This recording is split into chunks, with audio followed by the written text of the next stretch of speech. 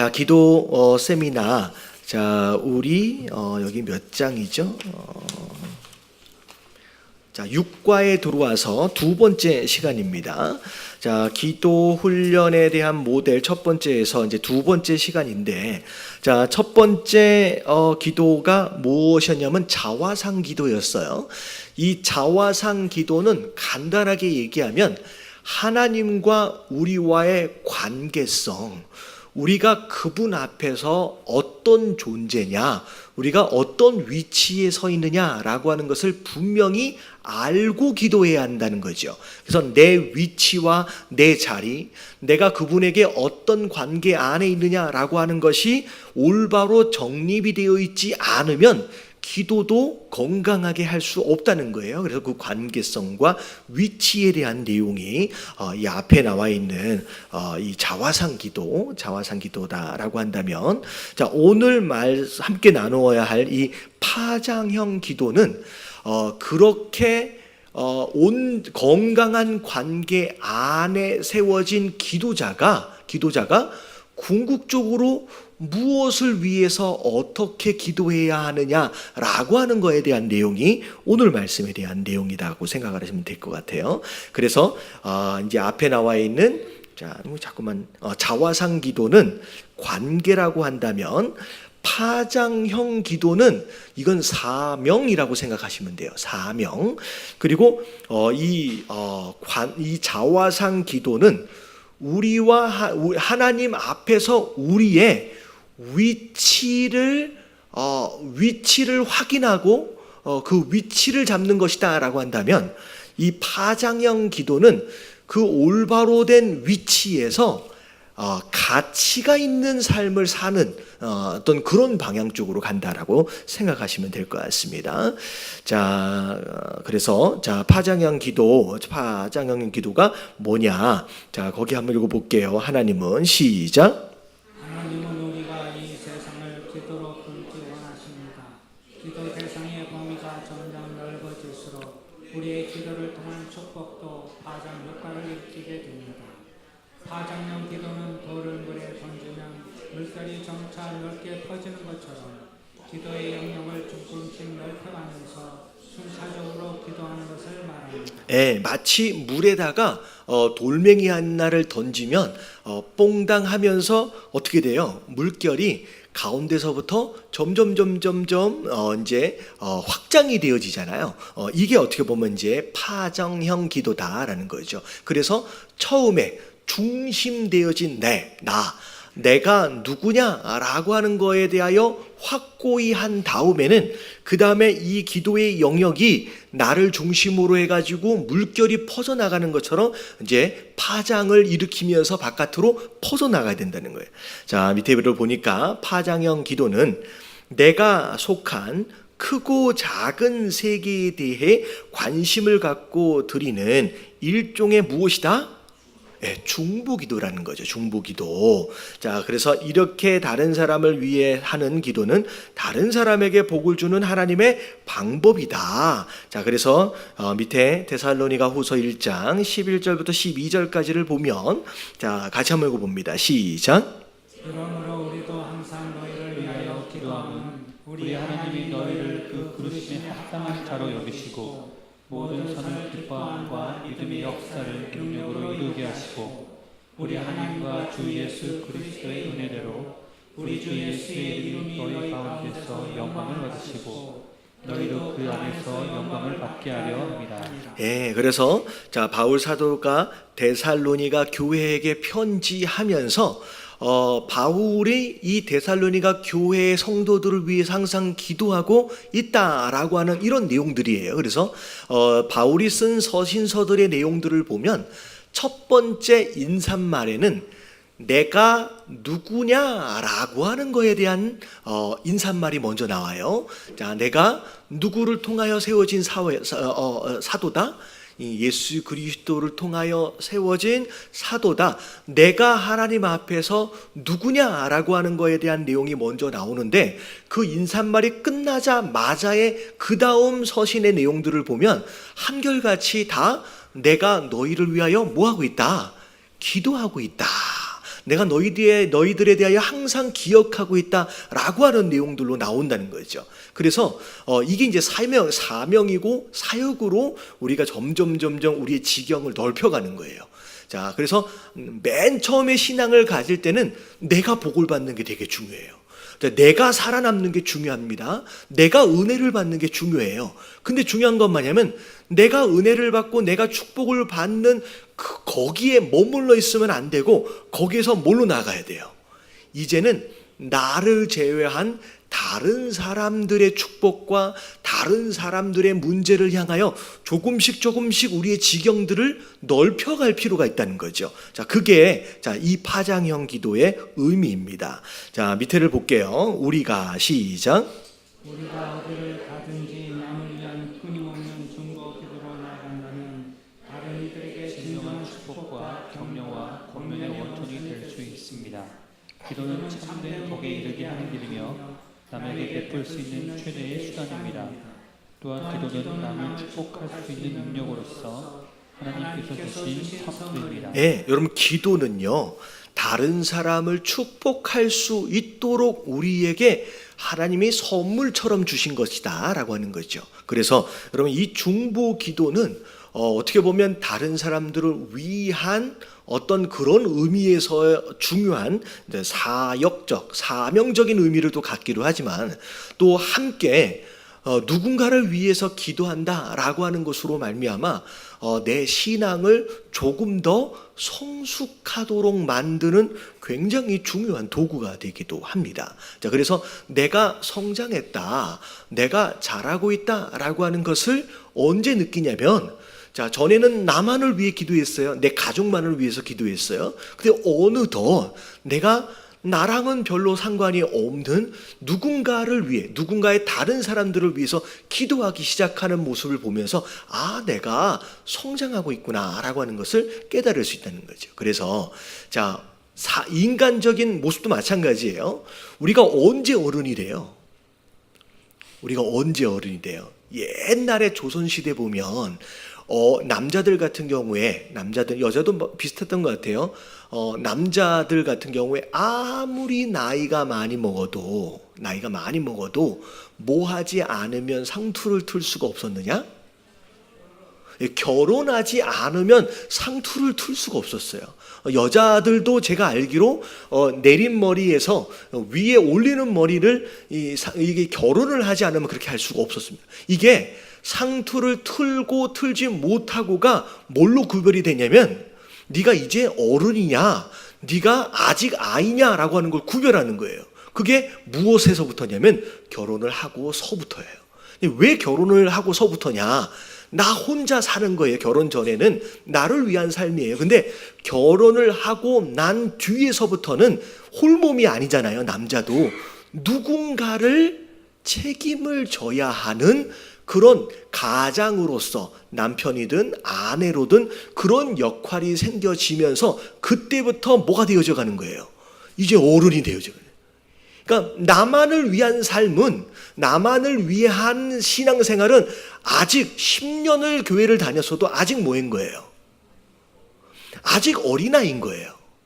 그렇지만 내가 1년밖에 되지 않았지만 내가 지금에라도 내가 아닌 다른 누군가를 위해서 기도하기 시작했다라고 한다면 이제 뭐 하기 시작한 거예요? 내가 신앙으로서 어른이 되기 시작하는 거예요. 그리고 이제 진짜 어른은 언제 되어져요? 상투를 튼 다음에, 결혼해서 상투를 튼 다음에 진짜 어른은 언제 돼요? 애를 낳으면 이제 그때부터 진짜 어른인 거예요. 진짜 이 어린 아이를 내가 힘들어가며 수고해가며 잠자지 못하는 가운데 이 아이를 키우는 상황들이 되어지면 그때 진짜 어른이 되는 거예요. 영적으로도 마찬가지예요. 영적으로도 내가 누군가를 위하여 기도함과 더불어 정말로 누군가의 신앙을 키워가기 위해서 그를 위해서 신경을 써주고 수고해주고 헌신해주고 돌봐주고 하는 그런 단계가 되어질 때야 비로소 뭐가 돼요? 그래야 진짜 신앙의 어른이 된다는 거죠. 그래서 누군가를 생각하고 기도하지 않는다, 누군가를 돌보아서 성장하는 것을 돕고 있지 않는다, 그러면 20년, 30년, 40년을 교회를 다녀도 그 사람은 장로이든 권세든 상관이 없어요. 그냥 뭐예요? 그냥 애기인 거예요. 그냥 애기인 거예요. 이 애기들은 조금만 불편하고만 뭐예요? 불평하고 원망하고 우는 자가 된다는 거죠. 그래서 여러분, 이 파장형 기도는 곧 뭘 의미하느냐? 자, 우리의 신앙이 아이 신앙에서 어디로? 어른의 신앙으로 옮겨주는 데 있어서 굉장히 중요한 가교 역할을 하는 도구다라고 이제 생각을 하시면 될 것 같아요. 자, 특히 파장형 기도는 오래 기도하고 싶어도 막상 기도하려고 그러면 5분에서 한 10분 정도 하면 뭐가 떨어져요? 뭘 위해서 기도해야 될지를 잘 모르겠는 거예요. 이런 상황이 되어졌을 때, 자, 더 무엇을 위해 기도해야 할지 모르는 사람에게 도움이 된대요. 자, 이 방식대로 기도하면 1시간 이상 기도하는 것이 가능하고, 특히 제목을 정하여 기도하는 그런 모임을 인도할 때 유용하다라고 이제 생각할 수 있습니다. 자, 이제 밑에 두 번째로 보니까, 자, 이 파장형 기도를 하면 뭐가 유익이 있느냐? 첫 번째, 다 같이 시작. 서로 사랑하는 힘을 길러줌. 예, 서로 사랑하는 힘이 길러져요. 특별히 여러분, 교회 안에서 그러면 안 되지만, 진짜 그러면 안 되지만, 꼴 보기 싫은 사람이 있을 수 있어요, 없어요? 있을 수 있어요. 그러면 그 사람을 위해서 기도하십시오. 그러면 신기하게 정말로 마음이 정말로 불편한 사람이 있을 수 있는데, 그 사람을 위해서 기도하면요, 그 사람에 대한 마음도 바뀌고 태도도 바뀌어요. 심지어 그 사람을 나중에는 뭐 할 수 있는 상황이 되려면 사랑하는 상황들이 될 수 있다는 거죠. 그래서 누군가를 정말로 사랑하고 싶다라고 한다면 그 사람을 위해서 뭐하라? 기도하는 거예요. 그래서 자, 밑에 한번 읽어볼게요. 시작. 다른 사람들을 위해서 기도할 때 우리는 그들의 행복과 그들의 영혼에 대해 더욱 큰 관심을 기울이게 됩니다. 또한 다른 사람들의 필요에 대해 더 깊이 알 수 있습니다. 그것은 우리의 마음을 함께 결합하며 우리로 하여금 서로 돌아보며 사랑하게 합니다. 예, 그래서 자, 원수를 뭐 하라 그랬어요? 여러분, 원수를 사랑하라 그랬는데, 과연 이 원수를 어떻게 사랑할 수 있겠느냐? 원수를 위해서 뭐 하는 것에서부터? 여러분, 기도하는 것에서부터 시작이 되는 거예요. 그래서 기도하면 하나님이 사랑하는 마음도 이제 주시는 거예요. 그래서 우리가 서로 사랑하는 관계 안에 머무르기를 원한다라고 한다면 여러분, 서로를 위하여 기도하시면 돼요. 그래서 교회 안에 특히나 좀 불편한 누군가가 있다라고 한다면 그 사람을 위해서 작정해놓고 기도해 보시고, 그리고 남편과 아내가 좋을 때는 좋아도 뭔가로 인하여 이게 좀 틀어질 때가 종종 있나요, 없나요? 예, 있어요. 이제 종종 남자분들은 한 명도 대답을 안 하시는데 종종 그럴 때가 있어요. 근데 그럴 때 이 남편과 아내가 다시 회복할 수 있는 좋은 방법들 가운데 하나가 뭐냐면 뭐 하는 거예요? 남편을 위해서 기도하는 거예요. 아내를 위해서 기도하는 겁니다. 그러면 이 기도하는 것으로 인하여 하나님이 굉장히 이 마음도 많이 만져주시기도 하고, 특히나 이 마음이 만져지면 그 사람을 대하는 태도와 눈빛 자체가 달라집니다. 그렇게 돼요. 그래서 서로 사랑할 수 있는 힘을 길러주기 때문에 이 파장형 기도, 어찌 보면 이제 쉽게 얘기하면 중보 기도라고 생각하시면 될 것 같아요. 이 기도가 굉장히 도움이 됩니다. 자, 그리고 두 번째, 자, 다 같이 시작. 우리 자신의 또 이익을 제공. 자, 누군가를 사랑하기 위해서라고 한다면 굉장히 이타적인 부분만을 생각할 수 있을 것 같은데, 사실은 이게 나에게 굉장히 유익이 됩니다. 자, 밑에 한번 읽어봅니다. 시작. 다른 사람들을 위해서 하는 우리의 기도는 다른 사람들을 유익하게 할 뿐만 아니라 우리 자신의 영혼에도 유익을 끼칩니다. 예, 좀 전에 말씀드렸던 것처럼 다른 사람들을 위하여 기도하는 이 기도로 말미암아 내 영혼이 성장해 갑니다. 성장해 가고요. 그리고 특별히 이 중보기도, 다른 사람들을 위한 기도, 이 기도를 통하여서는 어떤 일들이 벌어지냐면 우리의 마음과 우리의 영혼이 이 중보기도를 통하여서 어떻게 보면 샤워하는 것처럼 깨끗해져요. 어떻게 보면 나를 위한 기도를 막 하다 보면 이 안에 육신적인 욕망이나 욕심들이 막 들어가 있을 수 있거든요. 근데 나랑 상관이 없는 다른 사람들을 위한 기도를 하다 보면요, 내 안에 해결되지 않는 이 욕심의 문제들이 어느덧 정리되어지는 것들을 보게 돼요. 그래서 우리 앞에 봤잖아요. 우리의 기도가 응답받지 못하는 마지막 부분의 이유가 뭐였냐면 뭘 위해서 구할 때? 내 정욕을 위해서 구할 때. 그러니까 내 욕심을 채우기 위해서 구하면 이 기도가 응답이 안 된대요.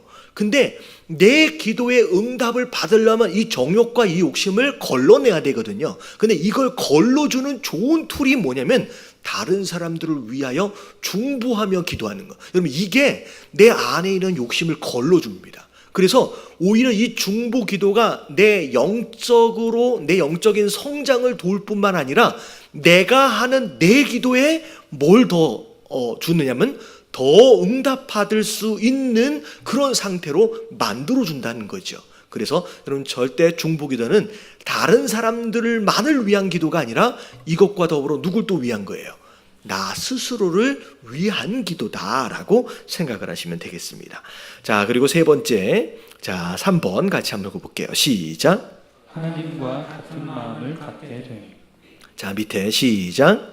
다른 사람들을 위해 기도할 때 우리는 하나님의 마음을 알게 됩니다. 하나님의 사랑, 연민, 감정의 일치를 맛볼 수 있습니다. 우리를 위하여 기도하고 있는 사람들을 향해 하나님께서 갖고 계시는 마음과 같은 마음을 갖게 됩니다. 그래서 이게 중보 기도, 다른 사람들을 위한 이 기도는 하나님 마음을 함께 공감할 수 있도록 만들어주는 굉장히 좋은 도구가 되어집니다. 그래서 한참 좀 된 것 같아요. 한 두세 달 된 것 같은데 예전에 포도원 비유 말씀 혹시 기억나세요? 포도원 비유. 포도원 비유, 이 비유를 몇 주에 거쳐서 제가 설교를 해드렸는데 그 내용 중에 굉장히 중요한 부분이 뭐냐면 아침 일찍 온 사람이나 맨 마지막에 1시간밖에 안 남겨놓고 온 사람이나 포도원 주인이 얼마만큼 줬어요? 똑같이 줬어요. 똑같이 줬어요. 그래서 나중에 문제가 생겼잖아요. 근데 문제가 생긴 진짜 이유 중에 하나가 뭐냐면 처음에 약속했던 한 데나리온을 처음에 왔었던 사람에게 먼저 줘서 보내버렸으면 사실 문제가 없는데 누굴 먼저 줬어요? 맨 마지막에 온 사람을 먼저 주는 거예요. 그러다 보니 뭐에서 문제가 생겼냐면 1시간밖에 일하지 않는 사람이 나랑 똑같이 1시간밖에 일하지 않는 사람이 한 데나리온을 받았으면 지금 몇 배나 열심히 오랫동안 일한 나는 어떻게 될 것이다. 더 많이 받겠구나 라고 기대하는 마음들 가운데 똑같이 주어지니까 이제 문제가 생긴 거라는. 그러면 자, 왜 포도원 주인이 처음 온 사람을 먼저 보내버렸으면 문제가 없을 텐데 왜 나중 온 사람한테 먼저 이 돈을 줘서 왜 이 문제를 만들었느냐? 이유가 뭐라 그랬어요? 여러분, 이게 진짜 하나님 나라. 여러분, 이 포도원 비유는 뭐에 대한 비유냐면 하나님 나라에 대한 비유예요. 자, 먼저 늦게 왔지만 똑같이 받아가게 되는 이 일꾼 얼마나 행복할까요? 얼마나 행복해. 1시간밖에 안 했잖아요. 근데 얼마나 행복할까? 그런 가운데 이 포도원 주인에 대하여 어떤 마음을 가져요? 감사하지요. 나는 이걸 받을 만한 자격이 없는데 이걸 다 줬으니 얼마나 감사해요. 이걸 느끼는 게 하나님의 은혜거든요.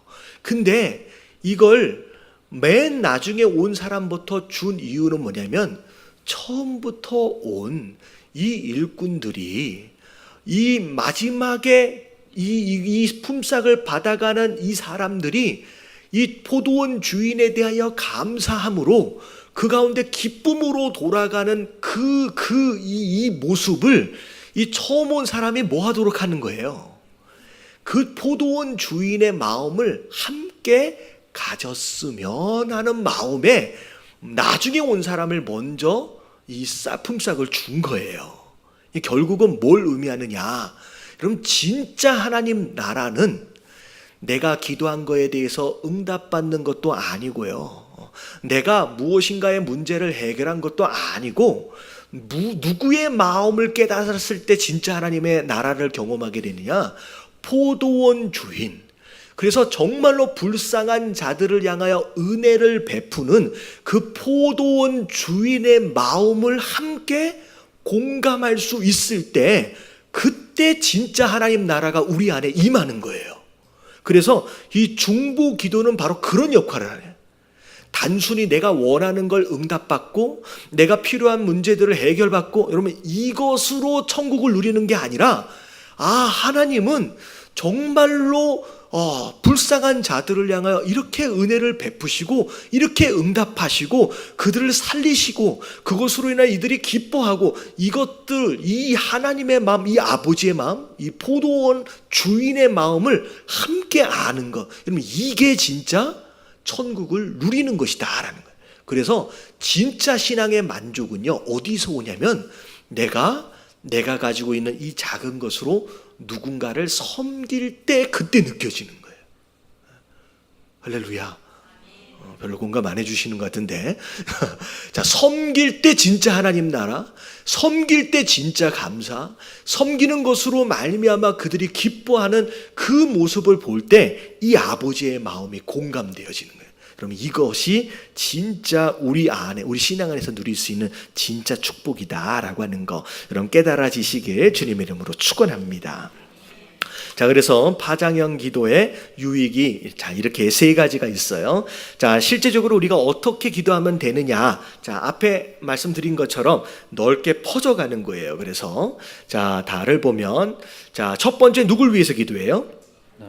자, 나를 위해서 다 같이 읽어봅니다. 시작. 파장형 기도는 나를 위한 기도에서부터 시작됩니다. 자신의 필요와 문제들을 놓고 하나님의 은혜와 축복을 구한 후 자신의 사명을 이룰 수 있도록 기도합니다. 네, 나를 위한 기도, 내 필요와 문제들, 또 은혜와 축복을 구하면서 내가 또 뭘 감당할 수 있도록 사명을 감당할 수 있도록 나를 위한 기도가 이제 시작이죠. 자, 그다음에 가장 가까운 관계로 이게 퍼져나가는 거예요. 자, 두 번째 시작. 그다음에는 가장 가까운 사람. 자, 가족과 친지를 위한 기도. 그다음에 시작. 그 다음에는 가장 가까운 사람들, 즉 배우자와 자녀, 부모님을 위해서 기도합니다. 그리고 형제, 자매, 가까운 친지들을 위해 기도하고 친구들을 위해 기도합니다. 예, 나랑 가장 가까운 관계들서부터를 돌아보면서 기도하는 거예요. 그러니까 내 가정서부터 시작이 되는 거죠. 내 남편이나 아내를 위해서, 내 자녀를 위해서 기도함과 더불어서 그 다음에 이제 그게 일촌이잖아요. 일촌 관계에서 이촌 관계로, 삼촌 관계로, 그 다음에는 이제 친구로서 가까운 그런 이제 주변에 있는 사람들로 조금 넓혀가는 그런 단계가 됩니다. 자, 그래서 그 다음에 이제 세 번째로 또 어디까지를 가냐? 자, 같이 한번 읽어볼게요. 시작. 교회와 목회자를 위한 기도. 밑에 시작. 교회를 위해 기도할 때에는 특별히 목회자를 위해 기도합니다. 목회자는 영적인 지도자로서 기도를 많이 해야 할 뿐만 아니라 기도를 많이 받아야 하는 위치에 있습니다. 자, 그래서 이제 육신적으로의 관계 안에서 가까운 사람들을 기도하다가 그 다음에 영적으로의 관계 속에서 이제 교회로 이제 퍼져나가는 거예요. 자, 교회 안으로 퍼져나갈 때에 자, 누굴 위해서 먼저 기도해야 돼요? 누구예요? 저를 위해서 우리 교회 안에 리더십들, 우리 목사님들, 전도사님들을 위해서 기도해 주셔야 합니다. 자, 왜냐하면 이 목회자들은 영적인 지도자로서 자, 뭘 많이 받아야 돼요? 기도를 많이 받아야 돼요. 왜냐하면 영적 리더십의 위치에 있다 보니 이런 건 아주 간단한 전략이에요. 사단이 가장 주목하고 있는 자가 누굴 것 같아요? 목회자예요. 수많은 목회자들이 목회를 잘 하고 있다가 이런저런 이유에서 많이들 무너집니다. 그들이 우리보다 믿음이 약해서 무너지는 게 아니에요. 목회자가 됐다라고 하는 것은 훨씬 더 헌신되어졌고 훨씬 더 믿음도 좋습니다. 근데 왜 그들이 왜 그런 문제들로 인하여 쓰러지느냐? 어쩔 수 없이 전략적으로 사단의 첫 번째 타겟이 되는 거예요. 그래서 굉장히 많은 유혹들과 공격들이 있을 수밖에 없습니다. 그래서 목회자를 보호하는 마치 방패와 같은 것은 결국 무엇일 수밖에 없느냐? 성도의 기도예요. 성도가 저를 위해서, 저 목회자들을 위해서 얼마나 기도하고 있느냐라고 하는 것이 제가 공격받지 못하도록 여러분들이 이렇게 방패를 이제 세워놓는 것이 마찬가지라는 거죠. 그래서 왜 저런 사람이 목사가 됐을까? 그렇지 않아요. 저런 사람이 목사가 된 게 아니라 목사가 공격을 받은 거예요. 그래서 수많은 목회자들이 왜 그렇게 넘어지고 쓰러지느냐? 그렇기 때문에 목회자들을 위해서 기도해야 하는 줄로 믿습니다. 그래서 제 영적 건강은 누가 책임져 주셔야 돼요. 여러분들이 책임을 져 주셔야 돼요. 그래서 많은 방패들을 세워서 제가 공격받지 못하도록 여러분 실드를 좀 쳐 주셔야 된다는 거죠. 아셨죠? 그래야지 기도할 때도 맨 끝자락에 혹시 잊어버릴까 봐서 이게 하나 붙여진 것처럼 기도하시면 안 돼요. 그냥 교회를 위해서 기도하실 때 가장 첫 번째 기도, 그냥 뭘 위해 기도해야 돼요? 저를 위해서 기도해야 돼요. 제가 쓰러지면요, 이제 되게 많이 힘들어요. 그러니까 어떻게 보면 이게 누가 더 중요하냐라고 하는 것들은 아니지만, 그런 개념은 아니지만, 그냥 어떻게 보면 리더십 하나가 쓰러지게 되면 굉장히 많은 영향을 받는 거예요. 그래서 제가 아는데 어떤 성도가 이제 이런 이제 중간에 이제 교제하다가 저한테 그런 말씀 물어보시더라고요. 아마 저는 그분을 잘 몰라요. 제가 이제 미국에 있는 동안에 아마 여기서 청년들 활동으로 굉장히 활발하게 사역을 하셨던 분인 것 같아요. 근데 그분이 어떤 교회를 개척하고 하면서 그분 옆에서 이렇게 하다가 그분이 그렇게 이제 어떤 문제로 인하여 쓰러지는 모습을 보면서 거의 2년 동안을 교회를 안 다니시는 거예요. 나는 그분을 너무 믿었는데 그분이 그렇게 오래전서부터 쓰러지고 타락하고 그런 모습들을 보면서 이제는 더 이상 믿을 수가 없다라고 하는 마음에 이 교회를 멀리하면서 2년 동안. 근데 제가 이제 그런 말씀 드렸어요. 그분이 믿음이 약해서가, 그분이 그런 것이 아니라는 거예요. 그분이 그분의 위치에서 정말로 어떻게 보면 얼마나 많은 사람들에게 영향을 미치고 사역을 했느냐. 그분이 한번 사역을 하면 몇만 명이 모였다는 거예요. 근데 그분 하나가 딱 쓰러지니까 그 몇만 명이 전부 다 시험에 드는 거예요. 이게 사단의 전략인 거예요. 어떻게 보면 대형교회 목사님들, 나름대로의 영향력을 미치는 목사님들일수록 여러분 그분을 위한 이런 중보기도팀들이 굉장히 활발하게 사역을 합니다. 제가 전에 있던 교회도 어떤 중보기도팀이 있냐면 예배가 드려지는 이 예배 현장 이 바로 강단 뒤쪽에 기도방이 있어요. 그럼 이 기도방에는 예배가 진행되어지고 있는 중간에 대여섯 명조의 권사님들이 이 방에 다 들어가요. 그래서 여기서 뭐 할 것 같아요? 누굴 위해서? 여러분 다른 걸 위해서 기도하지 않아요. 딱 한 가지만 놓고 기도해요. 지금 이 예배를 인도하고 있는 담임 목사님을 위해서 그 1시간 반을 기도하는 거예요. 여러분 이렇게 영적 지도자를 위해서 보호하고 위해서 기도하는 그렇게 되지 않으면요, 영적 지도자들은 쉽게 무너진다는 거예요. 이 믿음이 약해서가 아니라 공격 대상이 되어지기 때문이다라는 거죠. 그래서 내 가족과 친지들 그 다음에 기도해야 될 사람이 누구예요? 이게 좀 대답을 잘 해주세요. 누굴 위해 기도해야 돼요? 네, 목사님, 저를 위해서 기도해 주시길 주님의 이름으로 축원합니다. 기도 다 끝나고 나서 쫙 끝자락에 하나 붙여주지 마시고 딱 세 번째 기도로 들어와야 되는 거예요. 세 번째 기도. 할렐루야.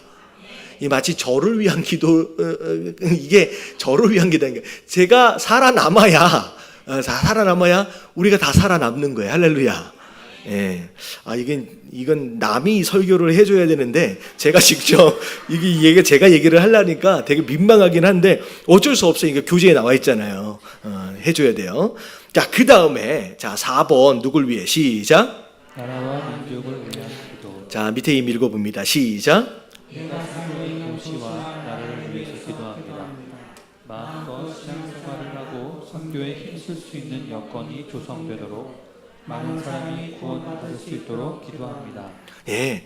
그러면 이 나라와 민족을 위해서 기도하셔야 돼요. 그러면 이 한국이라는 나라가 어떤 목사님들이 그런 설명을 하더라고요. 그 예전에 조선이었잖아요. 그래서 이 조선을 영어로 쓰면 초선이라고 선택받은 민족이다. 막 이렇게 설교를 하시는 분들이 계시더라고요. 여러분, 한국 민족이 다른 민족, 다른 나라와 비교해서 굉장히 괜찮은 민족이라서 우리가 이 민족과 이 나라를 위해서 기도해라는 게 아니에요. 여러분, 이 민족주의적인 사고방식에서 이 나라와 민족을 위해서 기도하면 안 돼요. 이 민족주의적인 사고방식이 아니라 여러분, 이 나라와 이 민족을 위해서 우리가 기도하지 않으면 누가 위해서 기도해줘요? 우리를 한국 사람으로 부르시고 우리를 한국 민족으로 부르신 이유는 이 나라와 민족을 위해서 누가 기도하라고요? 우리가 기도하라고 우리를 부르신 거예요.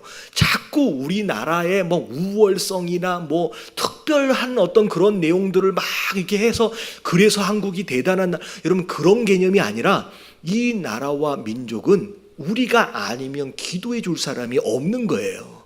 여러분, 이 나라와 민족을 위해서 우리가 기도해야 되는 줄로 믿습니다. 특별히 이 나라와 민족이 정말로 경제적으로 정말로 어려웠을 때 여러분, 이 신앙으로 말미암아 굉장히 많은 부흥을 경험했어요. 근데 나름대로 경제적으로 살만해지다 보니까 점점점 거꾸로 뭘 버리기 시작했냐면 신앙을 버리기 시작하네. 여러분, 유럽이 그랬고요. 미국이 그러고 있고요. 이 한국도 지금 그 길을 가고 있는 거예요. 여러분, 그렇게 하다 보면 결국은 우리 민족에게 주셨던, 우리가 특별해서가 아니에요. 우리 민족에 주셨던 굉장히 중요한 사명들이 다른 민족에게 아니면 누군가에게 넘어가는 거예요. 여러분, 이 어마어마한 특권을 우리가 놓쳐서는 안 되는 줄로 믿습니다. 그래서 우리나라와 민족을 위해서 많이 기도해야 합니다. 자, 그리고 나서 마지막 5번째, 다 같이 시작. 세계 선교를 위한 기도. 자, 같이 읽어볼게요. 시작. 가까운 나라인 일본과 중국, 다른 아시아 국가들을 위해서 기도합니다. 특별히 미전도 종족의 복음화와 국외 선교사와 그들의 사역을 위해서 기도할 필요가 있습니다. 그리고 대륙별로 묶어서도 기도할 수 있습니다. 그래서 이게 사도행전에 나와 있는 그런 내용들처럼 우리가 어디까지 나아가서 증인이 되어져야 하느냐? 예루살렘, 그리고 유대, 그리고 사마리아, 그 다음에 땅끝까지. 여러분, 이게 사실 파장형 사역이라고 생각하시면 될 것 같아요. 그래서 이런 개념으로 나를 중심으로 이렇게 시계 방향으로 쭉 돌아가면서 머리 안에서 그림을 그리는 거예요. 근데 이렇게 기도하다 보면 여러분들 이렇게 1번서부터 5번까지 기도하면요, 몇 시간이 걸려도요, 이거 끝나지 않을 수가 있거든요. 그러니까 보통 이제 매일매일 기도하신다라고 한다면 월요일부터 토요일까지 이런 식으로 시간을 이제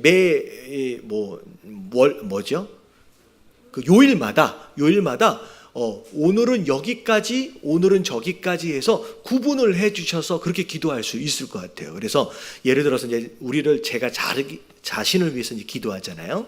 그러면서 머릿속으로 이 앞에서부터 내 가족들, 남편과 아내, 아이들, 부모님들을 위해서 기도하고 그 다음에 친지를 위해서 기도하고 그런 다음에 이렇게 쭉 돌아가면서 그 다음에 교회를 위해서 기도할 때 앞에 와서는 자 목사님을 위해서 기도하고 그리고 교회 안에 있는 사역자들 목사님들 또 위해서 또 기도하고 리더십들을 위해서 기도하고 우리의 목장에 있는 사람들을 쭉 돌아가면서 머릿속으로 그리는 거예요. 싹 그려서 돌아오면 그 다음에 교회 기도가 이제 끝났잖아요. 그러면 또 한 바퀴 또 도는 거예요. 그 다음에 더 넓혀서 그 다음에 어디를 위해서 기도해야 돼요? 나라와 민족. 자, 이제 김포 땅서부터 시작을 해가지고 하나님 이 남한을 돌봐주시고서부터 해서 우리 한국 뉴스에서 많이 듣는 이슈들 있잖아요. 경제적 문제라든지 남북 관계라든지 여러 이슈들을 머릿속에 그려가면서 한 바퀴를 쭉 도는 거예요. 그러고 난 다음에 나라와 민족이 기도가 끝나면 그 다음에 어디로 기도해요? 뭐 같은 민족일 수도 있지만 세계를 위해서 그래서 북쪽서부터 해서 북한서부터 이렇게 돌아가는 거예요. 북한을 위해서 기도해서 한 바퀴 이렇게 쭉 돌다 보면 어디로 가요?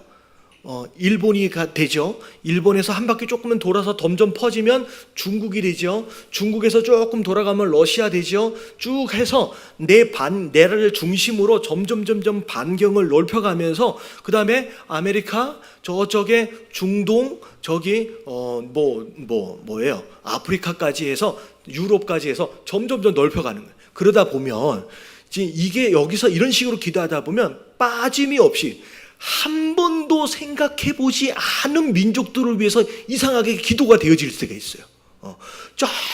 저기 아프리카에 저기 이집트에 저기 유럽에 저기 잉글랜드에 뭐가 있는지도 한 번도 생각해 본 적이 없거든요. 근데 신기하게 머릿속에다 지도를 그려놓고선 쭉 돌아가면서 기도를 하다 보면 내가 생각하지도 못했던 자들을 위한 기도들이 되어지면서 여러분 그렇게 기도가 되면요 그 기도가 끝나고 나면 예수님의 이름으로 기도합니다 라고 끝나고 나면 여러분 느낌이 달라요.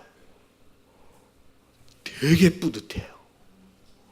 내가 뭔데 여러분 내가 뭔데 저 아프리카 끝에 내가 생각해보지도 못했던 그 나라와 민족을 위해서 내가 기도하고 있는 거예요. 여러분 이때 내가 의미가 있고 가치 있는 존재가 되어져 가는 거예요. 자꾸 신앙생활을 나라고 하는 이 뭐라 그럴까요? 이 늪에 빠져서 여기서 벗어나질 못하면요 여기에 계속 헤매게 돼 있어요. 근데 이게 점점 반경을 넓혀서 다른 사람들을 위해서 기도하는 이런 형태들이 되어지면요 여러분 여기에서 굉장히 내가 그래도 쓸모가 있는 자구나, 내가 의미가 있는 인생을 사는구나 라고 하면서 굉장히 뿌듯함을 느끼면서 여러분 기도가 끝난 다음에 우리의 마음이 달라져요. 내가 무엇에 응답을 받는 것보다 내가 저들을 위해서 내가 기도할 수 있는 자다라고 하는 것으로 말미암아 훨씬 더 행복할 수 있어요. 그러면 이게 파장형 기도의 이제 실체입니다. 그래서 여러분 매일매일 그렇게 하면 뭐 몇 시간씩 걸리니까 여러분 이제 요일별로 나눠가지고 기도를 하셔도 좋고요. 여러분 이렇게 기도를 하시면 굉장히 우리 안에서도 행복하고 뿌듯한 그런 신앙생활이 될 수 있는 줄로 믿습니다. 그래서 여러분 이렇게 기도를 한번 실천을 해 보십시오. 그리고 금요일 같은 경우에 우리가 한 30분 이상씩 쭉 기도할 수 있다라고 한다면 여러분 이런 기도의 형태를 가지고서 쭉 이렇게 돌아가면서 기도를 해보시면 굉장히 유익이 있을 것 같아요. 자, 그러면 이렇게 하면요 진짜 몇 시간씩이라도 기도할 수 있는 사람이 되는 거예요. 그래서 여러분 신앙생활은 무조건 행복해야 돼요. 여러분 이게 정상이에요. 우리가 행복하지 못한 이유는 여러분 건강하게 하지 못하기 때문이라는 거죠. 그래서 이 기도 생활서부터 이렇게 건강하게 잘 챙겨가실 수 있으면 좋을 것 같아요. 제가 이 파장형 기도를 이렇게 보면서 누구 생각이 났냐면 우리 교회 우리 장장로님이 제가 아직도 걸려 있나요? 제가 신방을 갔는데 벽에 세계지도가 걸려 있어요. 세계지도. 이 세계지도를 걸어놓으신 이유가 뭐냐면 이 세계지도가 사실 우리 장로님의 부모 기도의 제목인 거예요. 어디 여행이 나갈까 이렇게 하기 위해서 이렇게 했는 게 아니라 내가 이 나라와 민족들을 기도하면서 품는 거예요. 여러분 이게 우리 성도 되어진 자들에게 이 하나님이 주시는 특권인 줄로 믿습니다. 그래서 여러분 여기 중간에 복도를 가다 보면 세계지도 있어요. 그럼 그 가다가 그런 마음에 드는데 마음에 이렇게 쓱 이게 이제 오는 그런 나라들을 민족을 위해서 이런 기도하실 수 있는 저 여러분들 되시게 주님 이름으로 축원합니다.